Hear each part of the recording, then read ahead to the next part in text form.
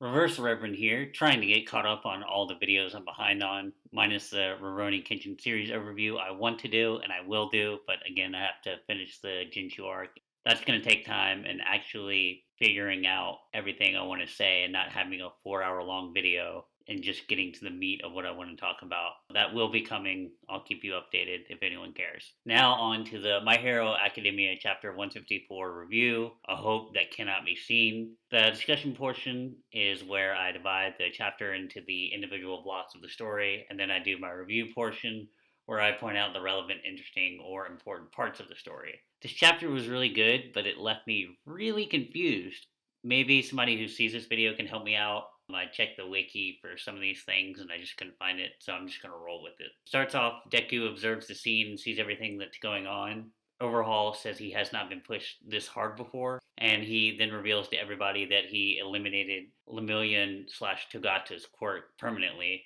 Again, I'm not sure if Nighteye saw this ahead of time. I think he did, or he may just be reacting to the reality of the situation, but again, I think he did see it ahead of time. It's going to be a very important point for his development. Overhaul then tells Lemillion that his friends are all going to die regardless of his efforts. Deku attacks Overhaul by throwing rocks at him. Overhaul disassembles them. A quick side note, I mentioned in the previous chapter review that Overhaul's quirk, One for All and All for One, are the best quirks in the series. But in the previous review, I didn't mention how similar Overhaul's quirk is to Tomura's, but the difference is Tomura's quirk can only destroy. I don't think that's coincidence. It might be. It just seems like too much of a coincidence for Horikoshi to just leave it at that. I think there's a reason they're both villains with similar abilities, so we'll see if that comes up later on in the future. And then we see that Deku cannot read his movements. Nighteye then goes into attack and tells him to protect Eri and Togata. Then we have Nighteye fighting. I think he's throwing chess pieces, I'm not sure. I don't quite get this part. Like, how is Nighteye fighting? He doesn't have any other powers besides his future sight or foresight. I can't remember what it's called. I'm going to call it both throughout this review. But then again, normal humans in Battle Shonen are generally durable when they need to be. But I still don't get how he's trying to injure him by throwing chess pieces at him. I can't remember if they're special, like if they have some explosive abilities in them or what, but I don't quite get how he's fighting or even threatening Overhaul here. Moving on, find out that Eraserhead and Overhaul's underlings are gone. Overhaul says that he was interested in him, and it seems like Eraserhead got captured, more than likely. Got a quick flashback where Eraserhead, on their way to Overhaul's location, tells Deku not to do anything that's going to render him immobile or unable to move. And then Nighteye makes a remark that Overhaul, despite trying to destroy other people's quirks, Overhaul really fears losing his own. Overhaul then attacks by disassembling and reassembling his arm. This was yet again, another weird thing. I'll show the panel here. So he disassembles his arm. I think he takes a swipe at Nighteye, but he notices from Nightaye's movements that he's obviously the one who taught Togata. Deku then helps Eri and Togata escape.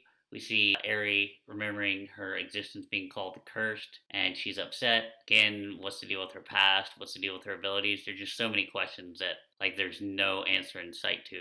Again, it's good to have questions and not have everything all at once, but it just feels like there's so many questions and we don't even have a clue of what's really going on here. And then we get to, I think it's the narrator, it might be Togata, still pretty sure it's the narrator, mentioned Nighteye actually activated his future sight. No matter what people do trying to change the future that he sees, it only delays the inevitable. It's like adding a few extra clips to a reel of film. After he saw All Might's death, he doesn't look into the future anymore. Now he only looks into the future for a second and then reacts accordingly. But didn't he look like an hour into the future, or mentioned he looks an hour into the future when he first met Deku? And also, isn't his power only accurate for up to an hour? I'm very confused. I'll get into this a little more in the discussion portion, but his power is either A, very confusing, B, very overpowered, or C, both. And we'll talk about that again some more in the discussion portion, but I don't know what to make of Nighteye and his ability. So he looks into Chisaki slash Overhaul's future, since he knows he's going to lose after getting impaled by one of the rocks. I think it's like a stalagmite.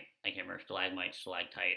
Yeah, stalagmite, because stalactite, if you have to hang on to something, you have to hang on tight. It means it's coming down. There you go. There's your geology lesson for the day, folks. We get a black panel, and he has this look on his face where we know he obviously saw something. It's not shown to us, but we'll find out later. Deku comes back and goes 20%. He mentions it's putting a ton of strain on his body, but it's not going to make him immobile. And Overhaul then tells him that they're still all going to die. Deku goes in and says even if fate has decided that they will lose, he will change the future regardless. And then we end with Nighteye, the back of Nighteye, and his head's leaning against a rock and he's bleeding. Lots to discuss. How is Chisaki's power working? Like, there's still no explanation. I mean, obviously he disassembled his underling and reassembled him into himself, but pretty sure his underling didn't have all these weird arms and whatnot. Again, I would like more of an explanation on that.